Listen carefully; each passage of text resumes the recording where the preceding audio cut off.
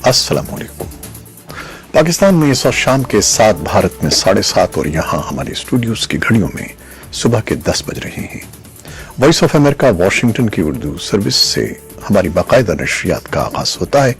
पहले घंटे के लिए मैं हूँ आपका मेजबान खालिद हमीद। जैसा कि आप देख रहे हैं, फेसबुक लाइव पर हम आपके सामने हैं और वेबसाइट और रेडियो पर हमारा ये 1 घंटे का न्यूज शो जारी रहेगा।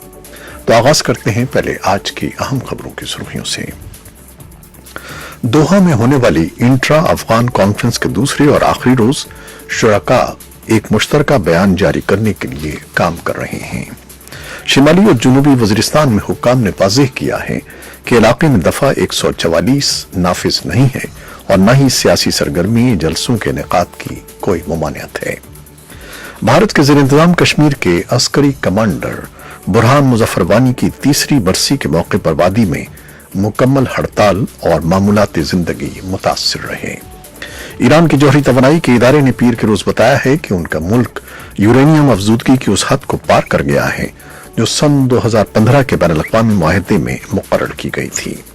और सदर डोनाल्ड ट्रंप ने ईरान को खबरदार किया है कि बेहतर होगा कि वो एहतियात बरते। ईरान ने कहा है कि बरतानिया की जानिब से ईरान के ऑयल टैंकर को कब्जे में लेने का इक़दाम नाकाबिले बर्दाश्त और बहरी चोरी के मुतरादिफ है। यूनान के क़दामत पसंद अपोजिशन लीडर किरियाकोस मित्सोकिस को बाएं बाजू के वज़ीर आज़म एलेक्सिस सिप्रास पर वाज़ेह बरतरी हासिल हो गई है और वो पीर के रोज इक़्तिदार संभालेंगे। ये थी शह सुर्खियां और तफसील कुछ देर के बाद।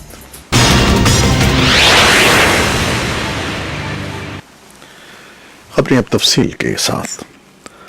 दोहा में होने वाली इंट्रा अफगान कॉन्फ्रेंस के दूसरे और आखिरी रोज शुरका एक मुश्तरका बयान जारी करने के लिए तैयारी कर रहे हैं। इत्तलात के मुताबिक 8 अरकानी कमेटी, जिनमें 4 तालिबान और 4 कॉन्फ्रेंस मंदूबीन शामिल हैं, मुश्तरका बयान तैयार कर रहे हैं। 17 तालिबान ओहदेदारों समेत तकरीबन 60 शुरका गुज़श्ता रोज से दोहा में अमन से मुतालिक उमूर पर मुज़ाकरात कर रहे हैं। अफगान हुकूमत के सीनियर ओहदेदार भी अपनी जाती हैसियत में कॉन्फ्रेंस में शरीक हैं।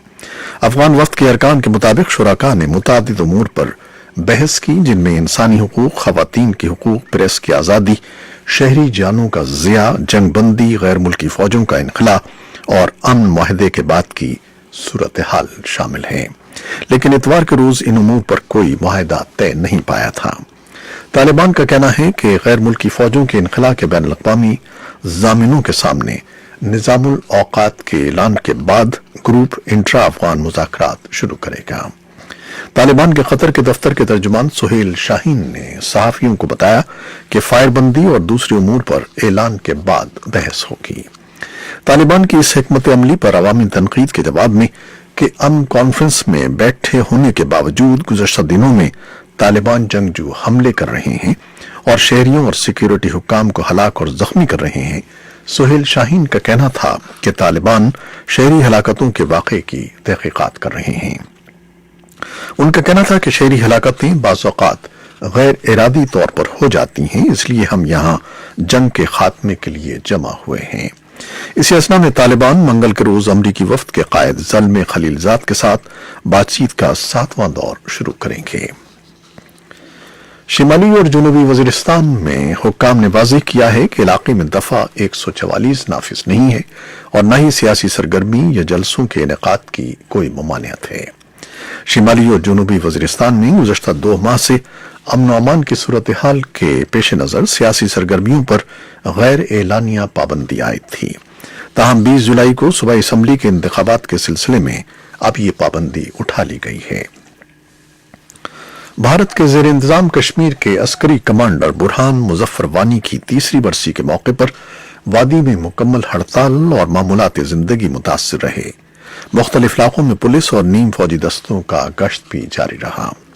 बुरहान वानी की बरसी के मौके पर मुस्लिम अक्सरियती वादी कश्मीर के जनूबी अजला में मोबाइल और इंटरनेट सर्विसेज भी मुअत्तल कर दी गईं, जबकि कश्मीर में रेल सर्विस भी मुअत्तल रही।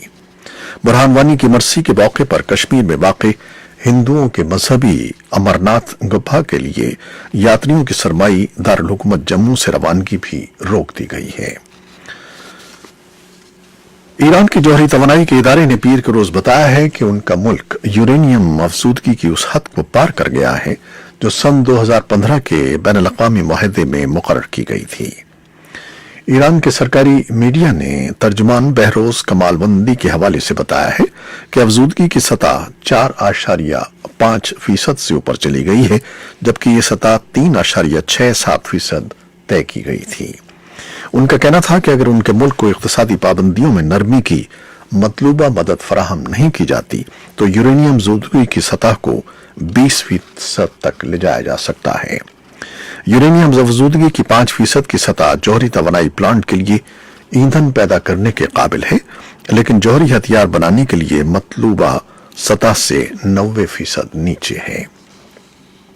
ادھر امریکی صدر ڈونلڈ ٹرمپ نے ایران کو خبردار کیا ہے کہ بہتر ہوگا کہ احتیاط برتی جائے، جس سے قبل اتوار کے روز ایران نے اعلان کیا تھا کہ وہ 2015 کے جوہری معاہدے میں یورینیم کی افزودگی کی متعین کردہ حدود سے تجاوز کر رہا ہے۔ انہوں نے اخباری نمائندوں کو کسی مخصوص رد عمل کے بارے میں نہیں بتایا جو ان کی انتظامیہ سوچ رہی ہے، لیکن اس بات کا اعادہ کیا کہ ایران کے پاس کبھی جوہری ہتھیار نہیں ہوگا۔ ٹرمپ نے وزیر خارجہ مائک پومپیو کے بیان کے چند ہی گھنٹوں بعد اپنے ٹویٹ میں کہا کہ اس فیصلے پر ایران مزید تنہائی اور تعزیرات کی زد میں آ جائے گا۔ ایران نے کہا ہے کہ برطانیہ کی جانب سے ایران کے آئل ٹینکر کو قبضے میں لینے کا اقدام ناقابل برداشت اور بحری چوری کے مترادف ہے۔ ایرانی حکام نے یہ بھی وضاحت کی ہے کہ آئل ٹینکر شام نہیں جا رہا تھا۔ برطانیہ کی رائل نیوی نے گزشتہ ہفتے جبل الطارق کے پانیوں میں ایران کا ایک تیل بردار جہاز قبضے میں لے لیا تھا۔ حکام نے دعویٰ کیا تھا کہ یہ آئل ٹینکر پابندیوں کی خلاف ورزی کرتے ہوئے لگ بھگ 3 لاکھ ٹن خام تیل لے کر شام جا رہا تھا۔ امریکہ نے برطانیہ کے اس اقدام کو سراہتے ہوئے اسے ایک اچھی خبر قرار دیا تھا۔ یورپی یونین نے سن 2011 سے شام پر اقتصادی پابندیاں عائد کر رکھی ہیں۔ ایران کے وزیر دفاع عامر حطامی نے سرکاری ٹی وی پر نشر ہونے والے ایک بیان میں وضاحت کی ہے کہ ایران کا تیل بردار جہاز شام نہیں جا رہا تھا۔ شام میں بشار الاسد کی حکومت کو ایران کا حلیف سمجھا جاتا ہے۔ یونان کے قدامت پسند اپوزیشن لیڈر کریاکوس میتسوتاکس کو بائیں بازو کے وزیر اعظم الیکسس سپراس پر اتوار کے روز ہونے والے پارلیمانی انتخابات میں بھاری اکثریت سے برتری حاصل ہو گئی ہے اور وہ پیر کے روز اقتدار سنبھال رہے ہیں۔ تقریباً 90% ووٹوں کی گنتی کے بعد میتسوتاکس کی نئی جمہوری پارٹی کو 39.8% ووٹ ملے ہیں، جبکہ سپراس کی سیریزا پارٹی کو 31.6% ووٹ ملے ہیں۔ 44 سالہ سپراس کو 4 سالہ اقتدار کے بعد مسترد کر دیا گیا ہے۔ انہوں نے شکست تسلیم کر لی ہے اور 51 سالہ میتسوتاکس کو ان کی فتح پر مبارکباد دی ہے۔ یہ تھیں وہ خبریں جو فیس بک لائیو پر ہم نے آپ کے لیے پیش کی۔ ویب سائٹ اور ریڈیو پر ہمارا یہ 1 گھنٹے کا نیوز شو جاری رہے گا۔ کیمرامین فواد الیاس کے ساتھ فیس بک لائیو سے اجازت چاہتے ہیں۔ اللہ حافظ۔